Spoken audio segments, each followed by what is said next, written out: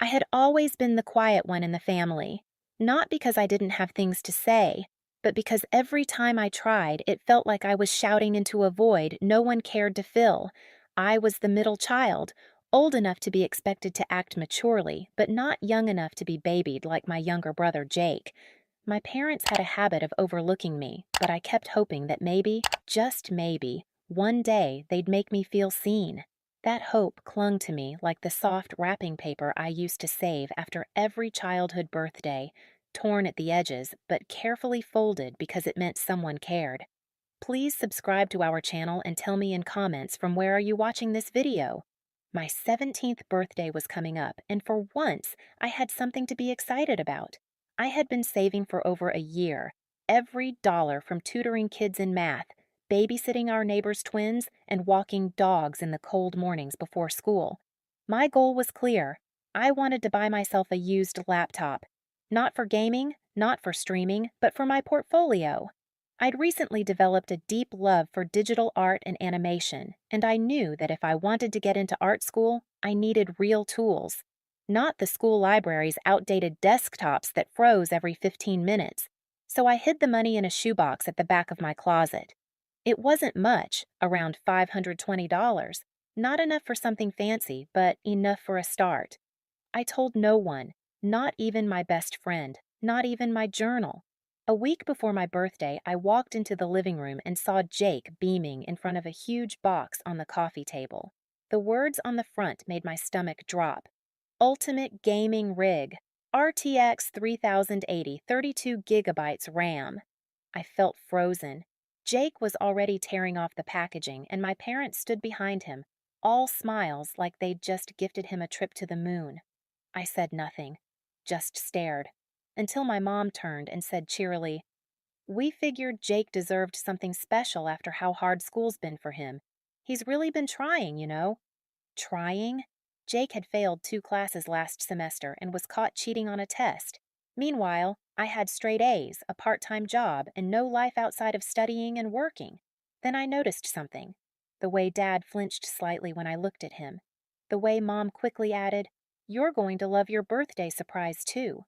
A chill ran down my spine. That night, I ran to my closet. The shoebox was gone. I flipped everything, pulled out clothes, drawers, even lifted the carpet. Nothing. I didn't want to believe it, but the pit in my stomach knew the truth before my brain caught up. The next morning, I asked Mom about it directly. My voice was calm. Too calm. "Did you take my birthday money?" She laughed. Laughed. "Don't be dramatic. We borrowed it. You didn't really need that much for some silly computer." "You used it for Jake's gaming setup, didn't you?" She scoffed, then crossed her arms. "You're being selfish. Your brother needed a pick-me-up and we didn't have the cash at the moment. We'll pay you back eventually." Eventually. As if my dreams could wait for their version of eventually.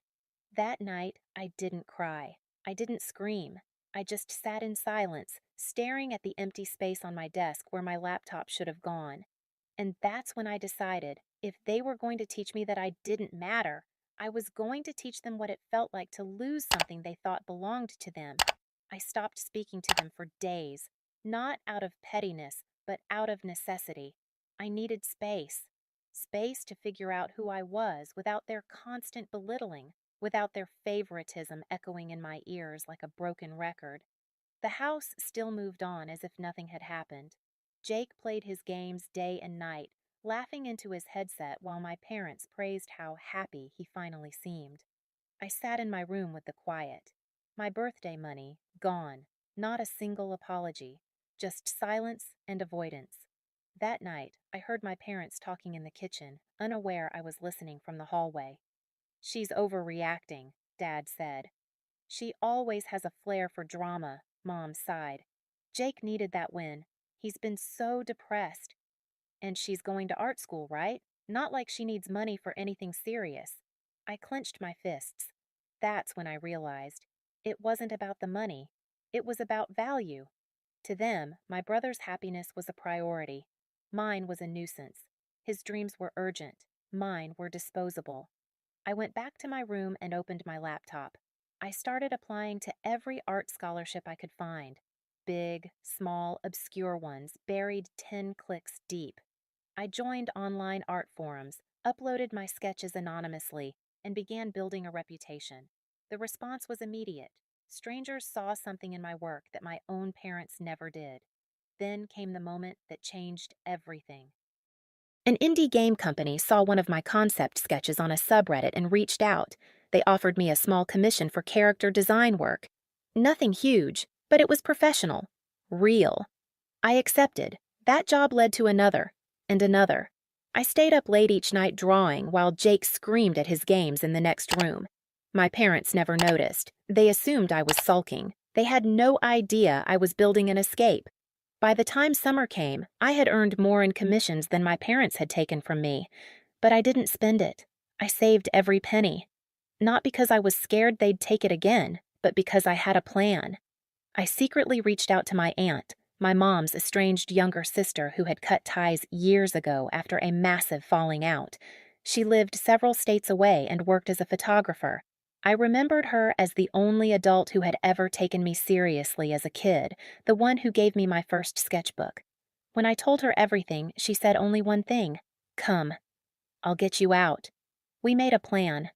The next morning, I told my parents I'd been offered a chance to attend an art program out of state, paid in full. Their reaction? Mom rolled her eyes. "You should be focused on something more realistic." Dad laughed. "Must be one of those online scams." Jake didn't even look up from his game, so I showed them the acceptance email, the scholarship award letter, the portfolio site with thousands of views. Their faces fell. Then I told them I'd be leaving in 2 weeks and moving in with Aunt Laura. I expected resistance.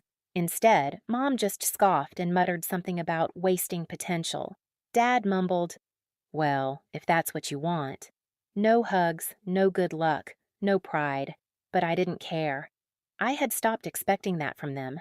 I packed everything I owned into 2 suitcases and 1 sketch pad.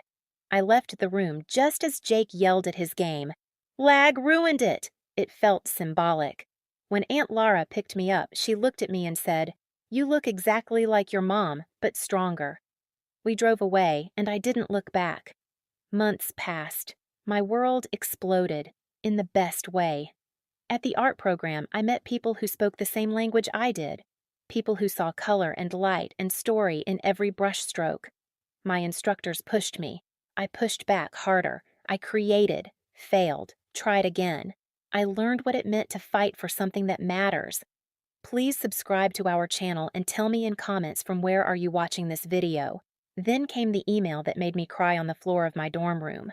A top game design studio had seen my work, some of the pieces from those early commissions I'd done in secret. They offered me an internship, paid, remote. I was 18. But here's the twist they never saw coming. I wrote a letter, one last time, to my parents. "You took from me the one day I was supposed to feel seen. You laughed at my pain and handed my dreams to someone else because you decided I didn't matter as much. But you know what? Thank you. Thank you for teaching me how to stand alone. Thank you for forcing me to find family outside of blood. And thank you, truly, for stealing my birthday money, because it made me chase a version of myself you never believed in. I'm thriving now, not in spite of you, but because I chose to rise above you. I didn't send it. I didn't need to. Instead, I kept creating. By the time I turned 20, I was working full-time with the studio and preparing to move to Tokyo for a major project. My story got picked up by a small art magazine and went viral. DMSs poured in. Then came a message I didn't expect, from Jake. "I saw the article. You're doing amazing. I didn't realize. I'm sorry. They never told me everything." I replied simply, "I hope you're doing okay. Take care." That was it. I wasn't bitter anymore. I had no desire to rub anything in their faces. My success was never about revenge. It was about reclaiming something they tried to take from me. My worth. I stood in my tiny Tokyo apartment months later, watching the city lights flicker beneath me, and I realized for the first time in my life, I was home, not because of walls or people, but because I had finally chosen